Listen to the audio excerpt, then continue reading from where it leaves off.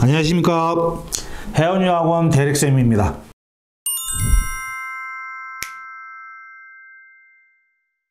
자, 오늘은 지난 시간에 얘기했던 하드팩트 요소가 무엇이고 소프트팩트가 무엇인지에 관해서 알아봤다면, 오늘은 조금 더 추상적인 이야기를 할까 합니다. 하지만 추상적인 이야기지만 이 부분은 꼭 알고 넘어가셔야 돼요. 여러분들은 싱가포르 국립대, 홍콩대학교 계열들의 원서를 바라보는 시각이 동일할 거라고 생각하시나요? 그렇지 않다라는 겁니다. 예를 들어서 A라는 학생이 1570으로 홍콩과기대와 난양공대 엔지니어링을 지원을 했는데 홍콩과기대는 불합격합니다. 난양공대는 합격을 하고요. B라는 학생인 경우에는 홍콩과기대, 난양공대를 지원했지만 이 학생은 1500점이에요. 홍콩과기대 합격하고 난양공대는 떨어진다라는 거예요.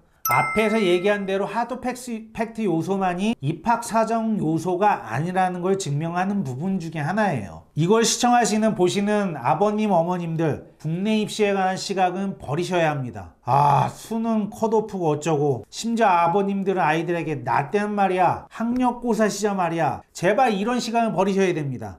제가 이런 말씀 좀 드렸더니 저희 고객분 한 분이 머리를 그쩍그쩍 하시면서 대릭쌤, 저는 예비고사 세대입니다 라고 가시더라고요. 제발 학력고사, 예비고사, 수능 다 잊어버리시기 바랍니다. 자, 예를 들어서 우리 아이가 홍콩과기대 엔지니어링을 가고 싶다면 적어도 이 학교가 어떤 인재상을 원하는지 깊게 고민을 하거나 학교 사이트를 뒤적뒤적 하시거나 대릭쌤을 찾아오시거나 어떤 액션을 취해야 된다는 겁니다. 자, 그러면 대릭쌤과 함께 어떻게 다른지 대략적으로 추상적으로 확인해 보도록 하겠습니다. 첫 번째, 각 대학교 사이트에서 확인하기. 이거 쉽지 않습니다. 보통 영어 잘하셔도 좋은 미사오브를 잔뜩 넣어서 도대체 얘네가 슈퍼맨을 뽑겠다는 건가? 이런 의문이 들죠. 그렇다면 좀 더 범위를 좁혀 나가셔야 됩니다. 결국에는 이 범위를 좁히다 보면 어디에 종착이 되냐면 대학교 입학 요강이 강력한 힌트가 된다는 겁니다. 대학교 입학 요강이라는 것이 우리 학교가 원하는 학생은 이런 학생입니다. 이런 기준이 미달되면 아예 지원을 하지 마세요 라고 알려준다는 겁니다.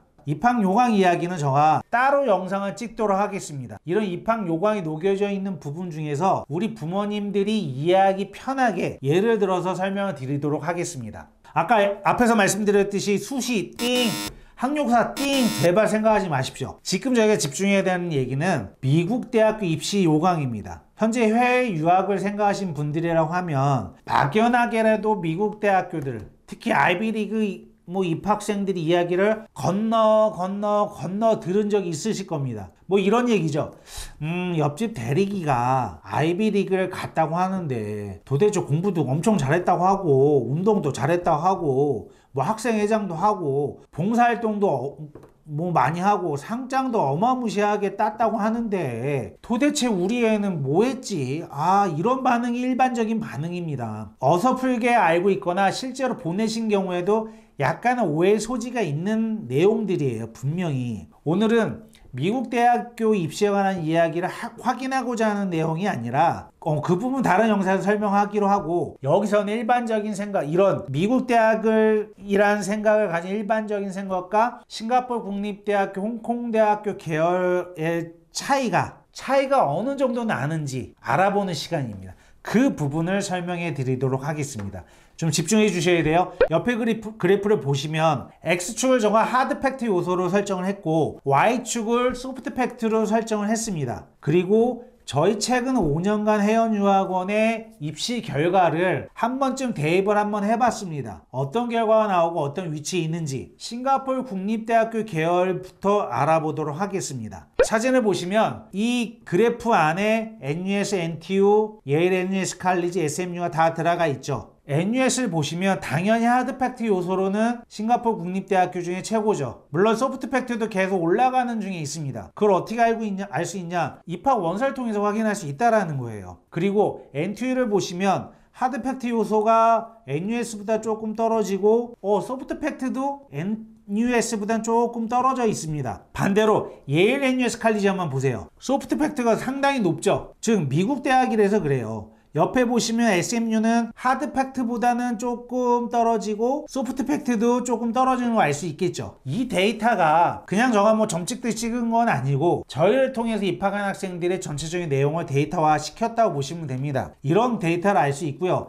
두 번째, 지금 보이시는 데이터는 홍콩대학교 계열입니다. 자, 옆에 그래프를 보시면 홍콩대학교, 홍콩과기대 모두 소프트 팩트의 중요성이 계속적으로 올라가고 있죠. 어떻게 알 수 있냐? 원서상에서 알 수 있다는 거예요. HKU 홍콩대학교는 기본 퍼스널 스테이트먼트도 들어가지만 네가 퍼스널 스테이트먼트 비디오도 있으면 한번 제출해봐. 아니면 너 액티비티 항목을 좀 더 구체적으로 나눠서 원서상에 기입해봐. 이런 식으로 계속 올라간다라는 거예요. 위 내용을 종합해보면 하드 팩트도 중요하지만 소프트 팩트도 점차적으로 많이 본다라는 거 알 수 있고요. 또 큰 특징은 과기대에 있습니다. 과기대 엔지니어링 같은 경우는 높은 고득점을 맞는다 하더라도 하드 팩트가 좋다 하더라도 소프트 팩트가 마음에 들지 않으면 안 뽑습니다. 하드 팩트가 좀 떨어지더라도 소프트 팩트가 마음에 들면 뽑습니다. 이런 특징이 있어요. 이런 그래프를 보여드리고 대릭쌤이 드리고 싶은 이야기의 결론은 옆집 아이랑 비교하지 마시고요. 내 아이만의 플랜을 가지고 준비한다면 좋은 결과를 가지고